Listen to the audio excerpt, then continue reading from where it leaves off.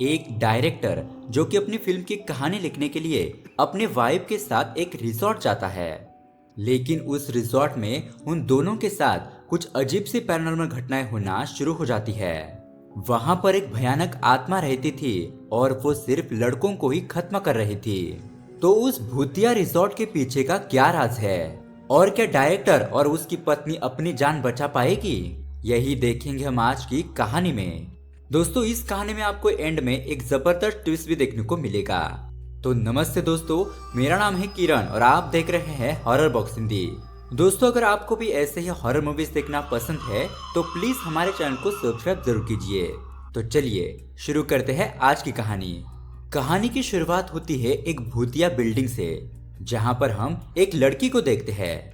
ये लड़की हॉरर कहानियां लिखती है और आज वो एक ऐसी ही कहानी लिखने के लिए इस भूतिया जगह पर आई थी, क्योंकि अगर माहौल डरावना होगा तो वैसे ही खतरनाक आइडिया आएंगे। खैर, अब रात के 12 बज जाते हैं और उसकी माँ उसे कॉल करके घर पर वापस आने के लिए कहती है, क्योंकि बहुत रात हो चुकी थी। लेकिन वो थोड़ी देर में आती हूँ ऐसा कहकर कॉल को कट कर देती है। तभी उसे उस जगह पर कुछ हलचल दिखाई देती है और अजीब सी आवाजें भी आने लगती है। अब वो चेक करने के लिए उस बिल्डिंग के अंदर जाती है और हम उसके आसपास किसी काले साए को देख पाते हैं। वो लड़की यहाँ वहाँ घूमकर चेक कर रही थी कि तभी अचानक उसके सामने एक आदमी खड़ा हो जाता है, जो कि उसे कहता है कि मैं एक भूत हूँ। लेकिन वो लड़की तो उससे बिल्कुल भी नहीं डरती, उल्टा वो उसके साथ सेल्फी लेने लगती है ताकि सोशल मीडिया पर बहुत ज्यादा लाइक और कमेंट मिल सके। और वो आदमी कैमरे के अंदर भी दिख रहा था और वो डरावना लग नहीं रहा था। वो लड़की उस आदमी से कहती है कि मैं तुम्हें पहचान गई हूँ, तुम कोई भूत नहीं हो। जिस पर वो आदमी बोलता है कि हाँ, मैं एक चोर हूँ और मैं तुम्हारा लैपटॉप चुरा कर यहाँ से भागने वाला था, लेकिन तुमने कैसे पहचाना कि मैं भूत नहीं हूँ? जिस पर वो लड़की कहती है क्योंकि मैं खुद एक भूत हूँ और इसीलिए मैं तुम्हें पहचान गई। तभी वो लड़की अपना असली चेहरा दिखाती है और उस आदमी पर हमला कर देती है, जिसके साथ ये कहानी यहीं पर खत्म होती है। दरअसल दोस्तों, ये हॉरर कहानी रवि नाम का एक डायरेक्टर प्रोड्यूसर को सुना रहा होता है और उस प्रोड्यूसर को ये पहला सीन बहुत ज्यादा पसंद भी आता है और वो उसे सजेस्ट करता है कि तुम इस मूवी में ग्लैमर भी रखो, क्योंकि उससे मूवी के हिट होने के चांसेस बढ़ जाएंगे। लेकिन रवि को ये बात अच्छी नहीं लगती और रवि प्रोड्यूसर से कहता है कि मेरी मूवीज हमेशा ही हिट रहती है, क्योंकि मेरा ज्यादा फोकस मूवी के मेन कहानी पर होता है। इसीलिए मैं इस मूवी की भी कहानी बहुत ही जबरदस्त लिखूंगा, जिससे कि ऐसा ग्लैमर ऐड करने की जरूरत ही ना पड़े। अब प्रोड्यूसर भी उसकी बात मानता है और उसे आगे की कहानी लिखने के लिए कहता है। उसके बाद रवि अपने ऑफिस जाकर आगे की कहानी लिखने लगता है, लेकिन तभी उसका असिस्टेंट वहां पर आकर उसे रोकते हुए कहता है कि सर, अष्टमी और नवमी का टाइम चल रहा है और इस टाइम में कोई अच्छा काम नहीं किया जाता। लेकिन रवि उसकी एक भी बात नहीं सुनता और अपनी आगे की कहानी लिखना शुरू कर देता है। अब उसके कुछ देर बाद उसकी वाइफ का उसे कॉल आता है, लेकिन रवि उसका कॉल नहीं उठा था, क्योंकि वो बहुत ही ज्यादा फोकस होकर अपनी कहानी लिख रहा था। खैर, अब तभी एक नई एक्ट्रेस ऑडिशन देने के लिए वहां पर आती है और वो रवि से आशीर्वाद लेने लगती है। लेकिन तभी वहां पर रवि की वाइफ रिया आ जाती है और वो उन दोनों को एक साथ देखकर गलत समझ लेती है कि इन दोनों का अफेयर चल रहा है। उसके बाद वो दोनों अपने घर पर आते हैं और यहाँ पर उसकी बीवी बहुत ही ज्यादा गुस्सा थी, लेकिन रवि उसे मनाता है और समझाने की पूरी कोशिश करता है। उसके बाद वो अपना सामान पैक करने लगता है, क्योंकि अगले 3 दिन में उसे वो कहानी लिखकर कंप्लीट करनी थी, इसीलिए वो कहीं पर जाकर अपनी कहानी लिखने वाला था। अब उसकी बीवी भी उसके साथ चलने की जिद करने लगती है और अब रवि भी उसे अपने साथ ले जाने के लिए मान जाता है। लेकिन अब ये दोनों बहुत ज्यादा खर्चा नहीं करना चाहते थे, इसीलिए रिया अपने भाई पप्पू को कॉल करती है। दरअसल दोस्तों, यहाँ पर रिया का भाई पप्पू एक रिसोर्ट चलाता था और रिया उससे पूछती है कि क्या हम लोग तुम्हारे रिसोर्ट आ सकते हैं? पप्पू कहता है कि हाँ, अभी ऑफ सीजन चल रहा है, आप लोग आ जाइए। उसके बाद वो दोनों तुरंत ही उस रिसोर्ट में पहुंच जाते हैं। पप्पू उन्हें चाबियां देकर अपने घर पर चला जाता है। हम देखते हैं कि ये रिसोर्ट पूरी तरीके से खाली पड़ा है और अब वहां पर ये दोनों ही थे। खैर, अब उसके थोड़ी देर बाद रिया अचानक ही कहीं पर गायब हो जाती है और रवि उसे ढूंढने लगता है और तभी हम रवि के पीछे उसी काले साये को देख पाते हैं और वो काला साया किसी औरत के जैसा लग रहा था। उसके कुछ ही देर बाद रवि को रिया मिल जाती है, जो कि फ्रिज के पास दारू की बोतल ले रही थी। लेकिन रवि उसे पीने से मना कर देता है। तभी वहां पर उस रिजॉर्ट का वॉचमैन आता है और ये भी दिन भर नशे में ही धुत रहता है। खैर, अब उसके बाद ये दोनों अपने रूम में जाते हैं और रवि यहाँ पर अपनी कहानी लिखने लगता है। तभी अचानक रवि को दरवाजे के पास कोई काला साया दिखाई देता है। इसीलिए अब वो ये बात रिया को बताता है, लेकिन रिया उसे कहती है कि ये तुम्हारा भ्रम होगा, क्योंकि तुम ज्यादातर टाइम हॉरर कहानियों के बारे में ही सोचते रहते हो। उसके बाद हम वॉचमैन को देखते हैं जो कि नशे में धुत पड़ा था। साथ ही साथ हम यहाँ पर रवि और रिया को देखते हैं और ये दोनों भी थोड़ी दारू पी लेते हैं। उसके बाद रवि को बहुत ज्यादा नींद आ रही थी, लेकिन रिया उसे अपने साथ इंटीमेट होने के लिए कहती है। लेकिन यहाँ पर रवि को बहुत ज्यादा नींद आ रही थी और वो अपना पूरा फोकस कहानी पर रखना चाहता था, इसीलिए वो मना कर देता है। लेकिन रिया थोड़ी नाराज हो जाती है। उसके बाद रिया शॉवर लेने के लिए जाती है, लेकिन उसे फोन की रिंग सुनाई देती है। जब वो फोन चेक करती है तो सामने से कोई भी आवाज नहीं आती। उसके बाद वो कॉल को कट कर देती है। अब वो अपने बेडरूम में जा रही थी कि तभी हम उसके पीछे उसी काले साये को देख पाते हैं। अब वो तैयार होने के लिए अपने बेडरूम में आती है, लेकिन तभी उसे वहां पर अपनी कार की आवाज सुनाई देती है, जिसे देखने के लिए वो बाहर चली जाती है। वो देखती है कि उनकी कार कोई चला रहा है। अब रिया तुरंत ही रवि को उठाती है और कहती है कि बाहर देखो, हमारी कार कोई चोरी कर रहा है। अब ये दोनों ही बाहर जाकर देखते हैं, जिस पर रवि कहता है कि ये नशेड़ी वॉचमैन होगा और वो कार के पास जाने लगता है। लेकिन रिया उसे वहां पर जाने के लिए मना करती है, क्योंकि उसे बहुत ज्यादा डर लग रहा था। उसके बाद रवि एक बैट को हाथ में लेकर उस कार के पास चला जाता है और कार के सामने आकर पूछता है कि कौन है अंदर, लेकिन आगे से कोई भी रिस्पॉन्स नहीं आता। उल्टा वो कार तो रवि को ही हिट कर देती है और उसके बाद अपने आप ही बंद पड़ जाती है। उसके बाद रवि कार के अंदर चेक करता है तो वहां पर कोई भी नहीं था। ये देखकर वो भी परेशान हो जाता है। तभी हम रिया के पीछे उसी काले साये को देख पाते हैं, लेकिन ये दोनों उस भूत को नहीं देख पा रहे थे। उसके बाद रवि रिया को अंदर कमरे में ले जाता है। उसके अगले दिन वो उठते हैं और देखते हैं कि उनकी कार रात को जिस जगह पर थी वहां से वो हटकर दूसरी जगह पर पहुंच गई है। ये देखकर वो थोड़ा घबरा जाते हैं, लेकिन तभी उन्हें वहां पर दारू की बोतल्स दिखाई देती है और उसे देखकर वो दोनों थोड़ा रिलैक्स हो जाते हैं, क्योंकि उन्हें ऐसा लग रहा था कि उन्होंने रात को ज्यादा पी ली थी और इसीलिए उन्होंने रात को अजीब अजीब घटनाएं फील की। अब दोस्तों, उसके कुछ देर बाद हम देखते हैं रिया अपने लैपटॉप पर अपना काम करने लगती है और वहीं पर रवि अपनी कहानी लिखने लगता है। उस कहानी का पेज निकलकर रिया के पास आकर गिरता है और वो पेज अपने आप ही जलने लगता है, जिसके बाद रवि तुरंत ही उस आग को बुझा देता है। और यहाँ पर रिया मजाक में कहती है कि माना कि मैं तुम्हें परेशान करती हूँ, लेकिन क्या तुम मुझे ऐसे मार दोगे। अब ये बात सुनकर रवि उसे एक थप्पड़ लगा देता है और रिया वहां से गुस्से में बालकनी में चली जाती है। उसके बाद वो वहीं पर बैठकर सो जाती है। लेकिन दोस्तों, जब रिया की आंखें खुलती है तो वो अपने सामने उसी भूत को देख पाती है और उसे देखकर वो बहुत ज्यादा घबरा जाती है। अब ये सब कुछ देखकर उसकी सांसें फूलने लगती है, क्योंकि वो एक अस्थमा की पेशेंट थी। तभी वहां पर रवि आता है और उसे इनहेलर देकर संभालता है। अब रिया ये भूत वाली बात रवि को नहीं बताती है, क्योंकि उसे ऐसा लग रहा था कि स्टार्टिंग में जब रवि ने उसे भूत वाली बात बताई थी तो रिया ने उस पर विश्वास नहीं किया था, और अगर वो इस बार खुद भूत वाली बात बताएगी तो रवि भी उस पर विश्वास नहीं करेगा। खैर, अब उसके बाद रिया खाना बनाने जाती है, लेकिन वहां पर गैस अपने आप ही ऑन ऑफ हो रहा था। तभी वहां पर रवि आता है और उससे वो भूत फिर से दिखाई देता है, लेकिन वो अपना एक वहम समझकर ये बात रिया को नहीं बताता। अब उसके बाद रात को ये दोनों सो रहे थे, तभी रूम के अंदर कुछ हलचल होती है। तभी रवि की नींद खुलती है और उसे पूल से कुछ आवाजें आ रही थी। वो रिया को साइड में सोता हुआ छोड़कर पूल में देखने के लिए जाता है। वो वहां का नजारा देखकर शॉक हो गया था, क्योंकि वहां पर पूल में रिया थी। वो सोचता है कि यहाँ पूल में रिया है तो वहां पर उसके साथ बेड पर कौन था, और वो तुरंत ही वहां पर जाकर देखता है तो उसे वहां पर फिर से वही भूत दिखाई देता है, जिससे कि वो काफी डर जाता है। लेकिन अभी भी उसे ये अपना वहम ही लग रहा था। अब यहाँ पर रवि बहुत ही ज्यादा डर गया था, इसलिए रिया अपने भाई पप्पू को कॉल करती है और उसे यहाँ पर जो घटनाएं हुई उसके बारे में बताती है। तो पप्पू कहता है कि मैं तो वहाँ पर इतने टाइम से रह रहा हूँ, लेकिन मुझे तो ऐसा कुछ महसूस नहीं हुआ, ना ही मैंने कुछ वहाँ पर देखा। अभी तो मैं थोड़ा बाहर हूँ, इसलिए मैं कल आऊंगा, लेकिन आज मैं अपने दोस्तों को भेजता हूँ। अब हम पप्पू के दो दोस्तों को देखते हैं जो कि रिजॉर्ट की तरफ जा रहे थे।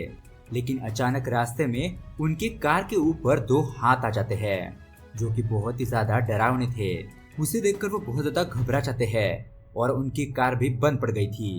अब उस कार को ठीक करने के लिए उसका एक दोस्त नीचे उतरता है, लेकिन अचानक ही वो गायब हो जाता है। उसका दूसरा दोस्त उसे बहुत ढूंढता है, लेकिन वो उसे नहीं मिलता, इसलिए वो भी घबरा जाता है और अपने आप को कार में बंद कर लेता है।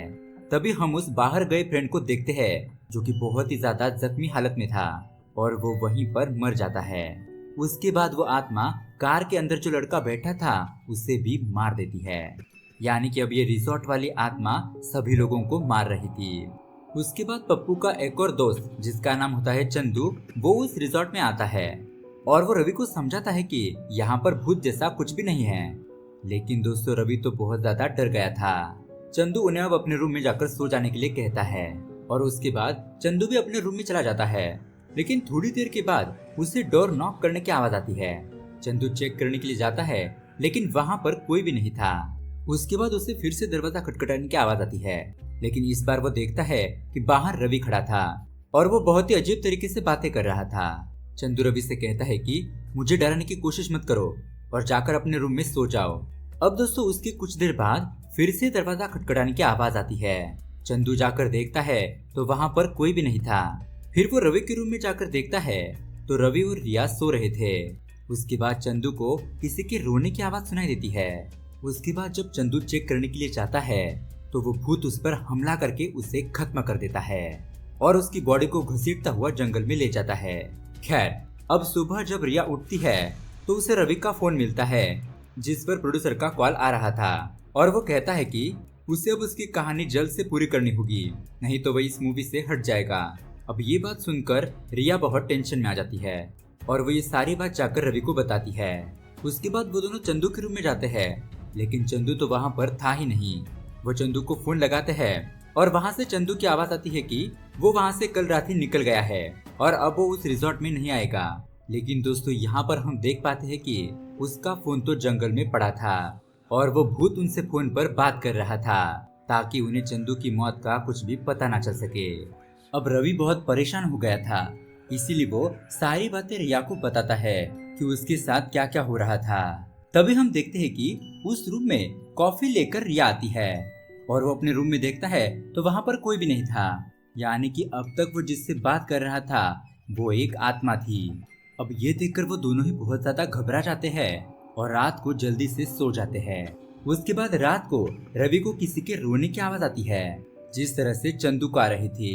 फिर वो उस आवाज का पीछा करते हुए टेरेस पर पहुंच जाता है जहां पर उसे रिया मिलती है। वो बहुत ज्यादा घबराई हुई थी और वो उसे संभालता है। ऐसा लग रहा था कि मानो उस आत्मा ने रिया को पजेस कर लिया हो। उसके बाद रिया बेहोश हो जाती है और रवि उसे लेकर नीचे मंदिर में आता है। उसके बाद रवि उसके माथे पर सिंदूर लगाता है और ऐसा करते ही उसके शरीर में जो आत्मा थी वो वहां से निकलकर भाग जाती है। उसके बाद ये दोनों आकर सो जाते हैं, लेकिन अब फिर से हलचल शुरू हो जाती है और लाइट भी चली गई थी। अब उन्हें उनके बेड के नीचे वही आत्मा फिर से दिखाई देती है और उसे देखकर वो वहां से भागने लगते हैं। अब वो दोनों वहां से भाग रहे थे तभी वहां पर पप्पू का एक और दोस्त आता है। वो दोनों उसे सारी बात बताते हैं, लेकिन वो आत्मा पप्पू के दोस्त को तड़पा तड़पा कर मार देती है। अब उसकी हालत देखकर वो दोनों वहां से भागने लगते हैं। अब ये दोनों अपनी कार में बैठते हैं, लेकिन उनकी कार शुरू ही नहीं होती। तो फिर वो कार को छोड़कर पैदल ही भागने लगते हैं। अब वो दोनों जंगल में आते हैं जहाँ पर उन्हें चंदू की लाश दिखाई देती है। उस लाश को देखकर रिया बहुत डर जाती है और उसे अस्थमा का अटैक आता है। लेकिन दोस्तों उसका तो इनहेलर उसी रिसोर्ट में रह गया था। तो रवि और रिया वापस से उस रिसोर्ट में चले जाते हैं। उन्हें वहाँ पर वो इनहेलर तो मिलता है जिससे कि रिया ठीक हो जाती है, लेकिन तभी वहाँ पर उन्हें कुछ पेपर्स दिखाई देते हैं जिस पर उस आत्मा की कहानी लिखी हुई थी। अब वो दोनों उस कहानी को पढ़ने लगते हैं और इसी से खुलते हैं उस भूतिया रिसोर्ट के राज। कहानी कुछ दिन पहले जाती है जहाँ पर हम देखते हैं रिया का भाई पप्पू एक लड़की से प्यार करता था और वो लड़की भी उससे प्यार करती थी। अब शादी से पहले वो इंटीमेट होने के लिए मना कर देती है और पप्पू भी इस बात को मान लेता है। अब उसकी माँ को कोई कॉल करके इन सब के बारे में बताता है जिससे कि उसकी माँ पूरी तरीके से टूट जाती है। लड़की की माँ उसे कहती है कि मैं जिस लड़की के साथ तुम्हारी शादी करूंगी तुम्हें उसी लड़की के साथ शादी करनी होगी। और अगर तुमने ऐसा नहीं किया तो मैं मेरी जान दे दूंगी। उसके बाद वो लड़की पप्पू से मिलती है और ये सारी बात बताती है। लेकिन यहाँ पर पप्पू कहता है कि मैं खुद नहीं चाहता कि मेरी वजह से तुम्हारी माँ तुमसे अलग हो जाए। ये सुनकर वो लड़की इमोशनल हो जाती है और अब वो उसका आखिरी टाइम पप्पू के साथ बिताना चाहती थी और वो दोनों इंटीमेट हो जाते हैं। खैर अब वो बाहर जाने वाली थी तब पप्पू के 4 दोस्त अंदर आते हैं और दोस्तों असल में यहाँ पर ये 5 लोग मिले हुए थे जहाँ पर पप्पू ने उस लड़की का गलत वीडियो रिकॉर्ड कर लिया था। अब ये सब लड़के ऐसे ही लड़कियों को फंसाते थे और उनके साथ गलत काम करते थे। लड़कियों का गलत वीडियो रिकॉर्ड करके वो उन्हें ब्लैकमेल करते थे। अब वो लड़की ये सारी बातें बाहर से सुन लेती है और उसे सच्चाई का पता चल जाता है। वो लड़की पप्पू से कहती है कि अब मैं तुम्हारे पुलिस में कंप्लेंट करूंगी, लेकिन तभी पप्पू उस पर बैट से वार कर देता है और उसे जख्मी करके बेहोश कर देता है। उसके बाद ये सभी लड़के उस लड़की के साथ गलत काम करते हैं और आखिरकार वहाँ का वॉचमैन भी उस लड़की के साथ गलत काम करता है। उसके बाद ये सभी लोग मिलकर उस लड़की को जलाकर मार देते हैं। और दोस्तों इसी टाइम पर रिया ने पप्पू को कॉल किया था उस रिसोर्ट पर आकर रहने के लिए, यानी कि ये शुरुआत वाला सीन था। अब ये कहानी पढ़कर रवि और रिया को बहुत ज्यादा दुख होता है और ज्यादातर रिया को अपने भाई पर बहुत ज्यादा गुस्सा आता है कि उसने एक लड़की के साथ ऐसा गलत काम किया। अब वो दोनों मिलकर तय करते हैं कि इस भूत को इंसाफ दिलाएंगे। अब यहाँ पर 4 लोग तो मारे गए थे, यानी कि जो लोग उनकी मदद करने के लिए यहाँ पर आए थे वही पप्पू के दोस्त थे जिन लोगों को इस भूत ने मारा था। और सबसे बड़ी बात ये थी कि ये आत्मा रवि और रिया को डरा नहीं रही थी, बल्कि उनके साथ कांटेक्ट करने की कोशिश कर रही थी। लेकिन ये लोग तो उस आत्मा से डर रहे थे और उन्हें कुछ पता नहीं चल रहा था। लेकिन अब कहानी पढ़ने के बाद उन लोगों को सारा क्लियर हो जाता है। अब यहाँ पर सिर्फ पप्पू और वो वॉचमैन बच गया था। तभी वहाँ पर पप्पू आता है और रिया उसे उसी कमरे में बंद कर देती है जहाँ पर उसके चारों दोस्तों की बॉडी पड़ी हुई थी और उसी कमरे में लड़की के साथ गलत काम भी हुआ था। वहाँ पर पड़ी लाशों को देखकर पप्पू घबरा जाता है और वो आत्मा पप्पू पर हमला कर देती है। लेकिन दोस्तों पप्पू के गले में प्रोटेक्शन का लॉकेट था, इसीलिए वो बचकर वहाँ से भाग जाता है। अब रिया और रवि उसे रोकने की कोशिश करते हैं, लेकिन यहाँ पर पप्पू उन दोनों को भी मारने लगता है। अब पप्पू रवि को जान से मारने ही वाला था कि तभी वहाँ पर रिया आती है और उसके पीछे से सर पर वार कर देती है, जिसके कारण पप्पू बेहोश हो जाता है और रिया उसके गले से वो प्रोटेक्शन लॉकेट निकाल लेती है। दोस्तों यहाँ पर रिया एक बहन होने के बावजूद भी एक औरत का फर्ज निभा रही थी और ऐसा सभी लोगों को करना चाहिए। अब वो दोनों पप्पू को उठाकर उसी कमरे में बंद कर देते हैं जहाँ पर वो आत्मा पप्पू को टॉर्चर करते हुए खत्म कर देती है। लेकिन अभी तक उस आत्मा का बदला पूरा नहीं हुआ था क्योंकि अभी तो वॉचमैन बचा था। उसके बाद हम देखते हैं कि रिया और रवि वॉचमैन की मदद से उन सभी बॉडीज को जला देते हैं और ऐसा दिखाते हैं कि उन्हें वॉचमैन के बारे में कुछ पता ही नहीं है। उसके अगले दिन हम देखते हैं जब रवि और रिया वहाँ से जा रहे थे तभी उन्हें प्रोड्यूसर का कॉल आता है। प्रोड्यूसर रवि से कहानी के बारे में अपडेट पूछता है। रवि उन्हें बताता है कि सर कहानी तो कंप्लीट है और जैसा कि हमें पता है अब रवि इसी कहानी को दुनिया के सामने लाने वाला था। अब वो दोनों वॉचमैन से बात करके वहाँ से चले जाते हैं और तभी वॉचमैन को उस आत्मा की आवाज आती है। वो अपने गले में देखता है तो उसका प्रोटेक्शन लॉकेट भी नहीं था। दरअसल रवि ने चालाकी से वो प्रोटेक्शन लॉकेट उसके गले से निकाल लिया था। उसके बाद वो आत्मा उस वॉचमैन को खत्म कर देती है और यहाँ पर उसका बदला पूरा हो जाता है। और दोस्तों इसी के साथ ये कहानी यहीं पर एंड हो जाती है। तो दोस्तों आपको ये कहानी कैसी लगी हमें कमेंट करके जरूर बताइएगा। साथ ही ऐसे ही हॉरर मूवीज देखने के लिए हमारे चैनल को सब्सक्राइब भी जरूर कीजिए। Thanks for watching.